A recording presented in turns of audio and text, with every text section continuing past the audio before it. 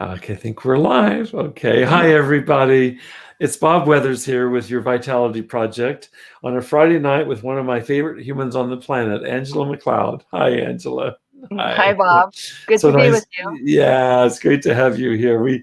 Angela and I meet every week. We had to miss last week. I was out of town, but I'm glad to have us back meeting together, Mhm. Angela here. And Angela and I pick a topic. Typically, it's generated by the post for the day for your Vitality Project. And today's post, the title of it is How to Locate Toxic Shame When It Arises.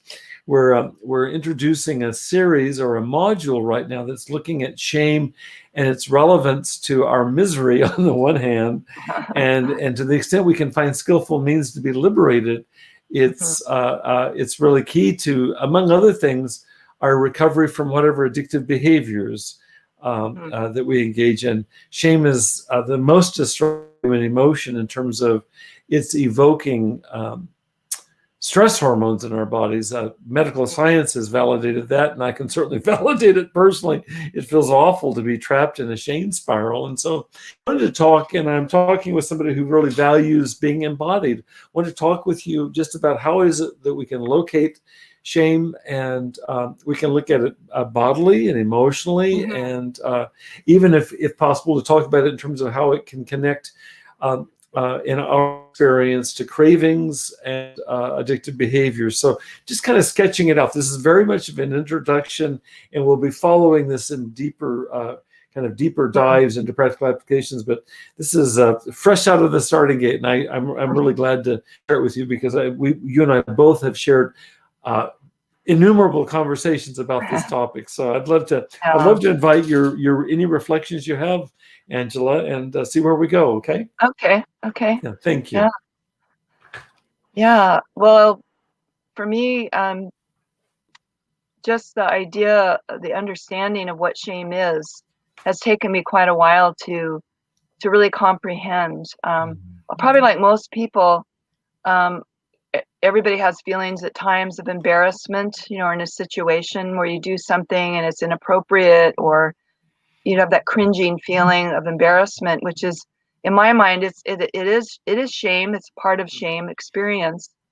But I think there's a much broader and less perceptible way that shame can be in our lives, and I've really looked into that a lot in myself. And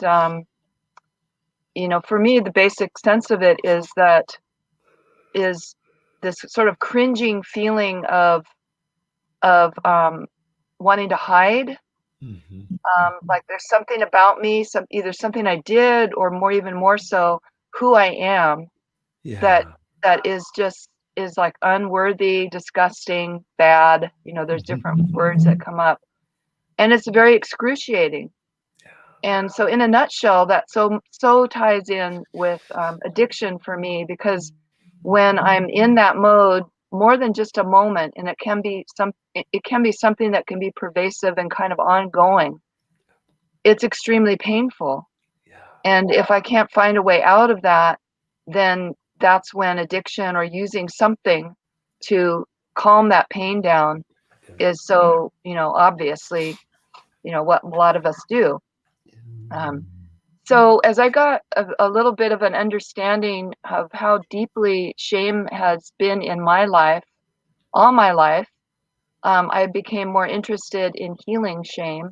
But it took a lot of looking into where is it in my life. So I like this topic of trying to how do we discover where it is in our lives.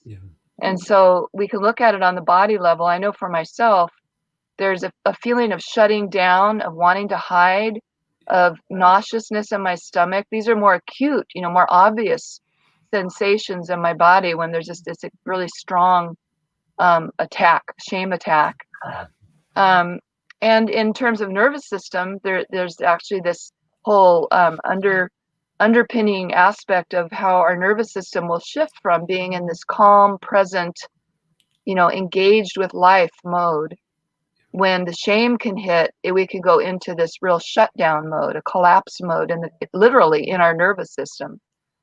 to the point where we can't think clearly, we feel hopeless, we might feel depressed. Some people even dissociate, you know, just get numb. And there can be different causes for those things, but shame is definitely one of them in my experience. Yeah. And so being able to identify that from the body level and also from the thinking level, for me, the way it has appeared in my thinking is I'm not good enough, I'm unworthy. And even recently, I've been working, I'll just give an example. I've been working on this project where I'm creating some educational material, and I'm very excited about it, and I'm having some fun doing it. And then I'm noticing online how many other people are creating these incredible, wonderful webinars on the same topic. And my thoughts that come up are, well, they're doing it so well, you know, why should I do it again? You know, why should I reinvent the wheel here? Or mine isn't going to be that good. You know, I can't do it as well as they can do it. So that for me is one of those pointers to where I have come to believe in my own shame baseline. You know, I'm not good enough, what I have to offer is not of value, and so forth. So if I live my life in that mode, then I shut down. It's like, why do it? You know, why put my energy into this project? So thank you so much. There's so much in what you've said, so much richness. I really appreciate it. I was thinking earlier as you were speaking, and I believe I've shared this with you in a few different conversations. It came up for me as I was listening to you. I can remember when I was 16, 17 years old, actually listing. I mean, I don't know what 16-year-old boy does this, but I had a list of the 10 most embarrassing experiences in my life. And I didn't have the word shame in my vocabulary, but that's really what I was talking about. And I was thinking there were things, and I can still remember some on that list. I can still remember them. Spencer, I see your comment, and I'll respond to you in just a minute, my friend. I'm delighted that you're with us tonight. It's good to see you, buddy. But there were things that I did up to that age that I couldn't bear. I couldn't bear that I'd done them. And these weren't like criminal acts. These were like human things. So it suggests to me all these years later how vulnerable I was to what you call the shame attack. And so I could do something. I can remember one in a work environment where I did something that wasn't a big deal, but it just shamed the living dickens out of me.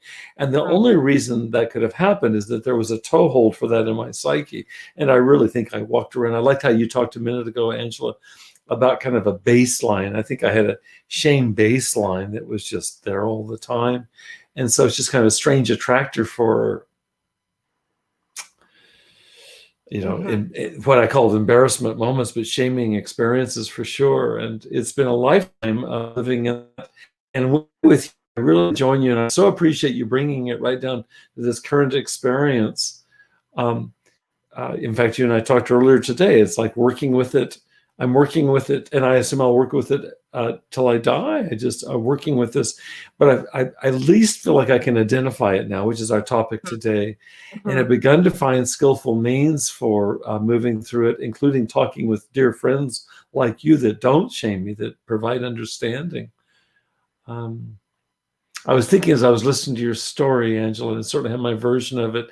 Here you and I are at whatever point we are in our lives, and you're contributing things and I'm doing the same thing.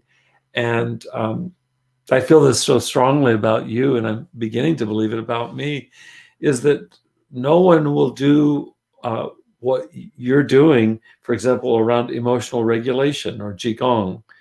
And I feel this about myself on a good day, is that there are other people that can run circles around me.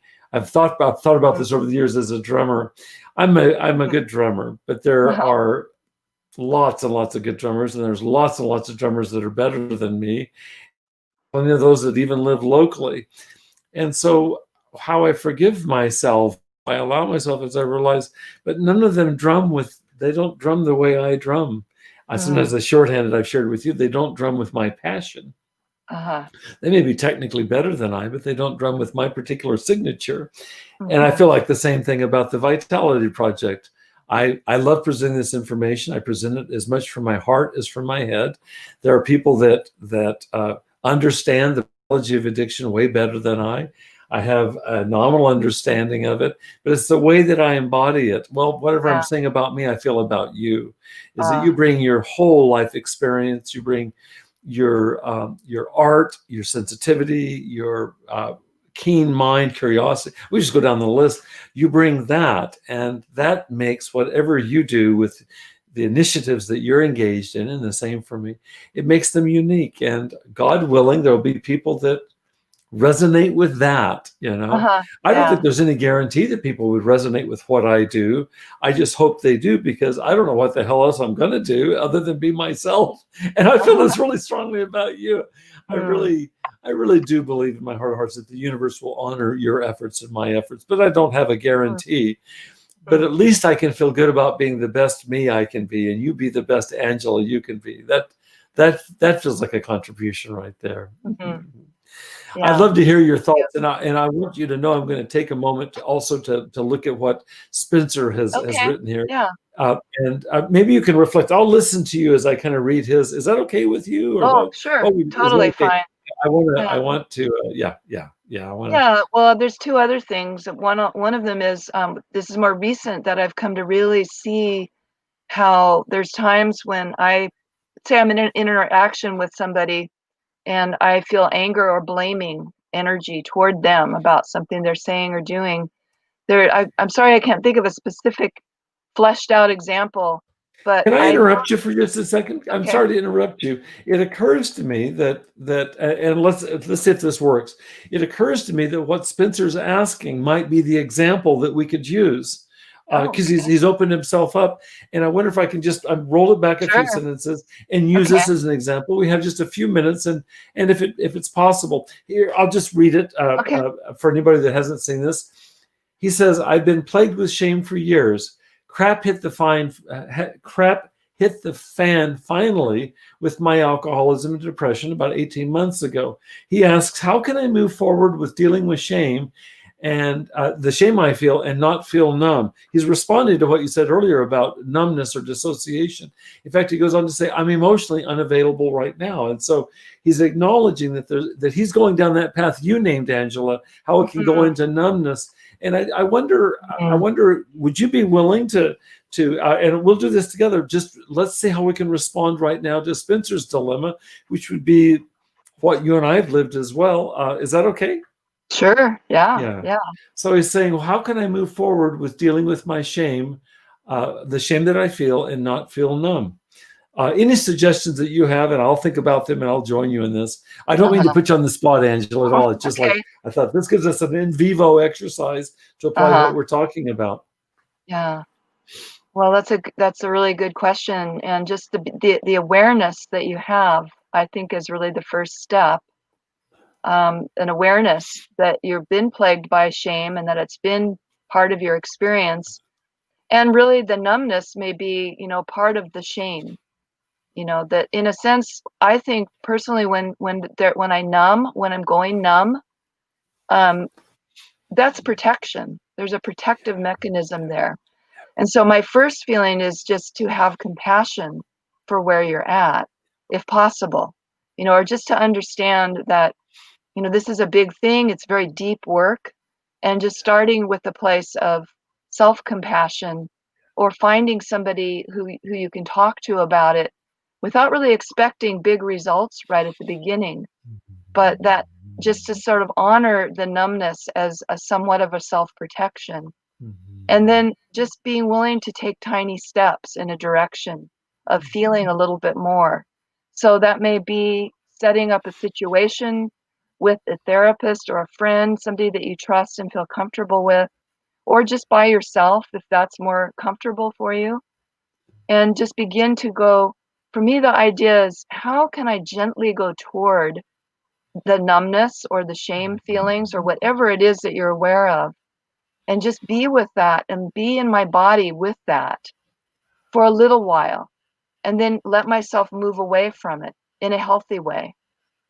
So instead of using the drugs or the alcohol or whatever it is, which in my mind is the part of us that's wanting relief from pain. Yes. But we're looking now for new ways that aren't as damaging as the alcohol, the addictions. And that is to me, that needs to be a very gentle, gradual process. And so if there's a way that you can find something gradual and gentle with that, with the help of somebody that you trust and care about, that might be a good next step. Thank you so much, Angela. Yeah. As I'm listening to, I've had some conversations. Spencer's been here with us before. Spencer, I know that you're an athlete by background, and Angela is. She's a dancer, and I am by my background. And Angela and I met earlier today, and I'll share, Spencer, what I shared with you, Angela, is that twice this week I've managed to stick my foot in my mouth pretty big time. I mean, this would go on that list of like 10 embarrassing moments for sure. And one of the things that I was sharing with Angela earlier today, Spencer, is that you know from our previous conversations, I swim in the morning, and I find actually active moving. I'm speaking to Angela. She's a dancer and a Qigong practitioner and very much in her body and in movement. I really find working with shame, because I really screwed up a couple of times this week. I didn't feel good about it. And one was on Monday night, and on Tuesday morning, it opened up for me beyond just kind of that contraction that we're talking about, Angela. It opened up for me as I was moving in the water. I was actually swimming. So you could be lifting weights or going for a walk or running or dancing or practicing Qigong, in my case, swimming. And I'm working with it mentally, but it really helps me. I've done this over the years as a drummer. I'll sit behind the drum set and process stuff. I've been at drumming long enough that whenever EMDR came out in recent years, I thought, my God, I've been doing EMDR my whole freaking life, because I'm using different limbs, right and left, my feet, my hands are doing that stuff. And I've done this my whole life. I honestly think that drumming saved my life. And it was like some kind of proto EMDR.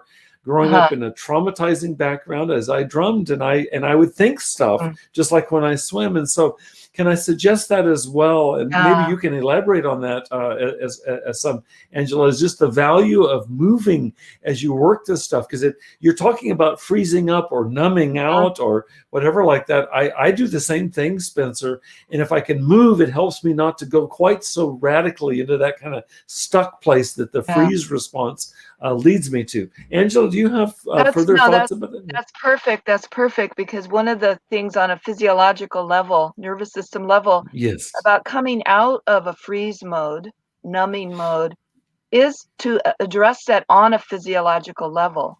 So it's not something we can think our way into. We talk to our nervous system and our lower brainstem through experience, through bodily movement. And so that can just be a stepping stone toward coming out of that freeze mode. It doesn't mean that that's the total answer either. There's probably more work to do, but that's definitely a very good suggestion. Yeah. Over the years, Spencer, I've done a lot of therapy with kids, teenagers and younger. And there's been a bunch of kids, I've shot hoops with them while we're doing so-called therapy. I'm not going to call it so-called therapy. It is therapy, damn it. We've done therapy, and we do it by going for a walk. We do it by shooting hoops. We playing games, whatever. And we're dealing with shameful stuff in their lives. I mean, these are kids that have been, gone unseen in their families of origin, maybe been out and out shamed. Some of them are victims of abuse and so on. And we've worked it out while we're talking, while we're shooting, while we're moving, while we're running. And I've seen that be really successful, but it's not just theoretical, because Angela moves. She's a dancer. I move. I'm a drummer, and I'll do this as long as I can move, honestly. So I'm glad that you asked the question, Spencer. And I'm glad you're talking to two people that really value movement. And Angela, I really appreciate you amplifying it in terms of the physiology of it, that shame locates in such a way that using kind of frontal cortex thinking to try to, the thinking mind can't even touch that. It's what you and I've talked about before. It's what psychoanalysis calls the unthought known. You can feel it in your body, for sure. You can feel shame in your body, but oftentimes you can't think about it. It's like over the years, I've asked clients, do you feel ashamed? And they'll say no.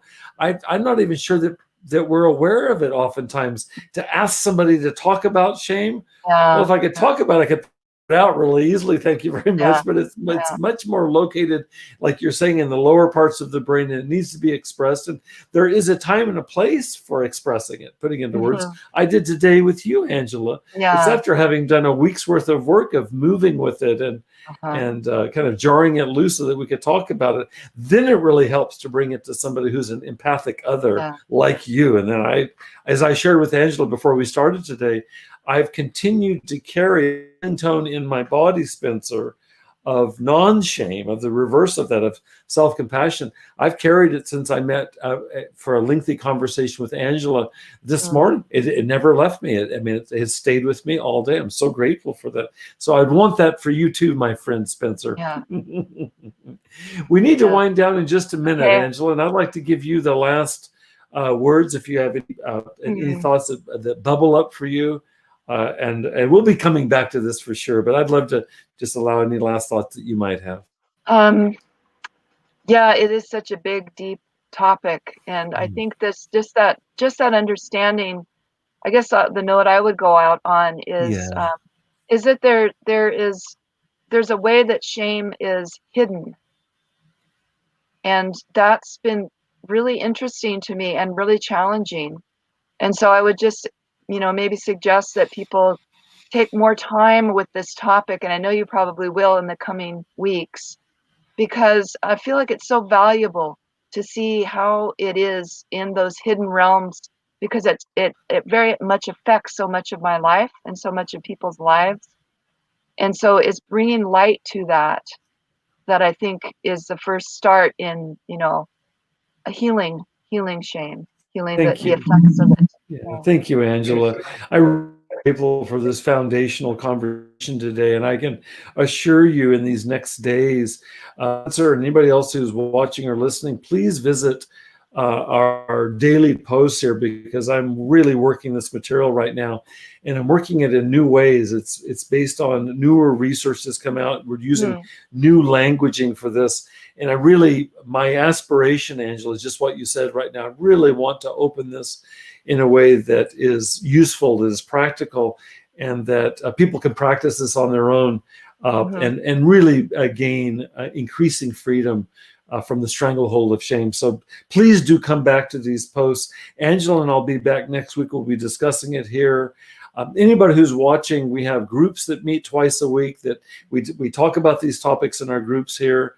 I'll be doing a workshop in the month of November. Our next workshop will be doing a deep dive into shame again, with developing skills for managing it, not only in our bodies, but how our thinking. I love how you put it. It's so slippery. It's like quicksilver. It's very tricky. And we're going to try to work on how can we identify self-talk that's very subtle, that is also very toxic, and it's related to this whole topic of shame. So more to follow on this for sure. Angela, thank you so much for our maiden voyage here with this topic here. I'm really grateful to have you. I wish you a wonderful evening and weekend, my dear friend. Okay. Thank you, Spencer, for joining us. Wish everybody well. Have a good weekend. Be safe. And we'll be back next week with Angela next Friday. Take care. Good night, everybody. Bye-bye for now. Bye-bye.